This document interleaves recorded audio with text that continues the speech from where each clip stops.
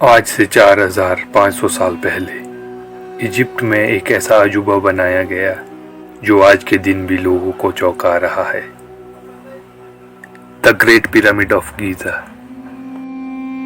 147 meter ऊंचे इस pyramid का वजन 6 मिलियन टन बताया जाता है। सबसे हैरान करने वाली बात यह है कि ये पिरामिड कैसे बनाया गया, क्योंकि उस जमाने में कोई आधुनिक उपकरण नहीं हुआ करते थे, ना ही टेक्नोलॉजी हुआ करती थी जो कि इतनी बड़ी बड़ी दीवारों या पत्थरों को लगा सके। फिर भी उन्होंने ऐसा मॉन्यूमेंट बनाया जो आज तक खड़ा है। तो आखिर कैसे हो पाया है ये, आइए समझते हैं इस वीडियो में।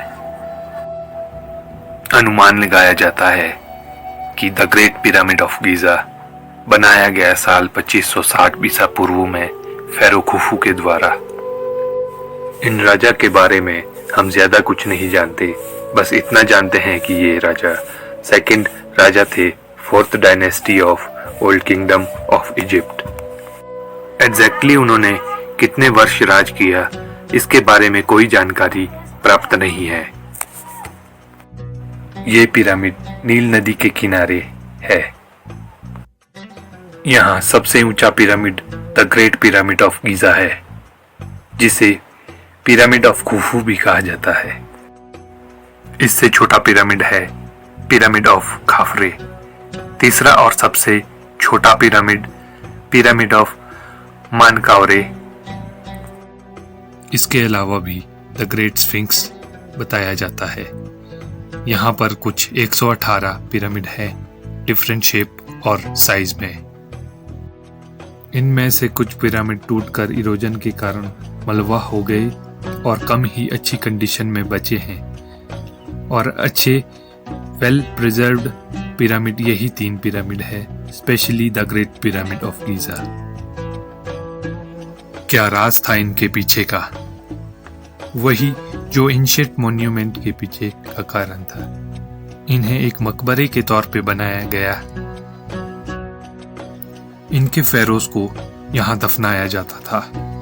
इन पिरामिड के अंदर एंशिएंट इजिप्शियन आफ्टर लाइफ में विश्वास रखते थे। इनका मानना था कि मरने के बाद जिंदगी खत्म नहीं होती, बल्कि मौत के बाद हमारी आत्मा भगवान के पास जाती है और भगवान हमारी आत्मा को जज करते हैं। जिन लोगों ने अच्छा किया होता वे हमेशा के लिए जिंदा रहते हैं आफ्टर लाइफ के लिए। अब आते हैं सबसे बड़े सवाल पर कि ये पिरामिड कैसे बने।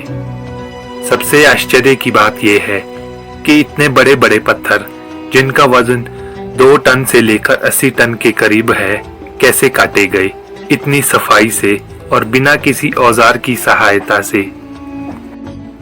फिर किस तरह इन पत्थरों को एक के बाद एक ऊपर लगाया होगा।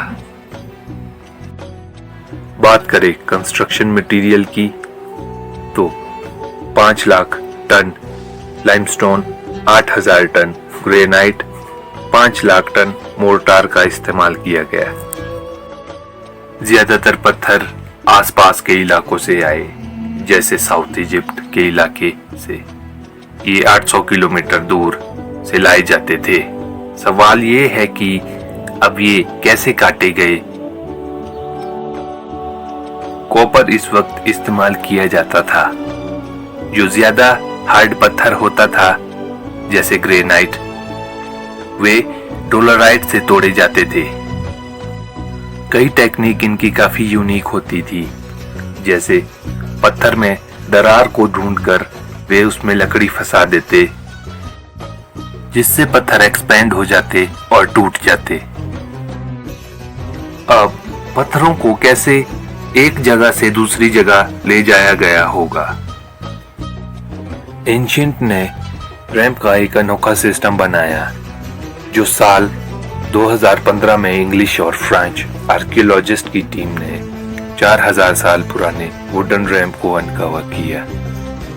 स्कॉलर ने कहा कि ये रैंप बनाया गया होगा उस समय पत्थरों को एक जगह से दूसरी जगह पहुंचाने के लिए। ये सभी थ्योरियां सुनने में अच्छी लगती हैं, पर कंप्लीटली एक्सप्लेन नहीं करती कि एग्जैक्टली वहां हुआ क्या होगा। अगर बात करें पिरामिड के डिजाइन की, तो यह बहुत ही अनोखी चीज लगती है। पिरामिड की चारों direction east west north south exactly point कर रहे हैं उसी दिशा में। ये डायरेक्शन बहुत एक्यूरेटली पॉइंट आउट कर रहे हैं अपनी डायरेक्शन से ईस्ट वेस्ट नॉर्थ साउथ। पर उस समय ना तो कोई कंपास हुआ करता था, ना ही कोई मॉडर्न टेक्निक। तो ये हुआ कैसे? कई लोग यह भी कहते हैं कि पिरामिड एलियन ने बनाया है, क्योंकि यह इंसानों के लिए पॉसिबल ही नहीं है।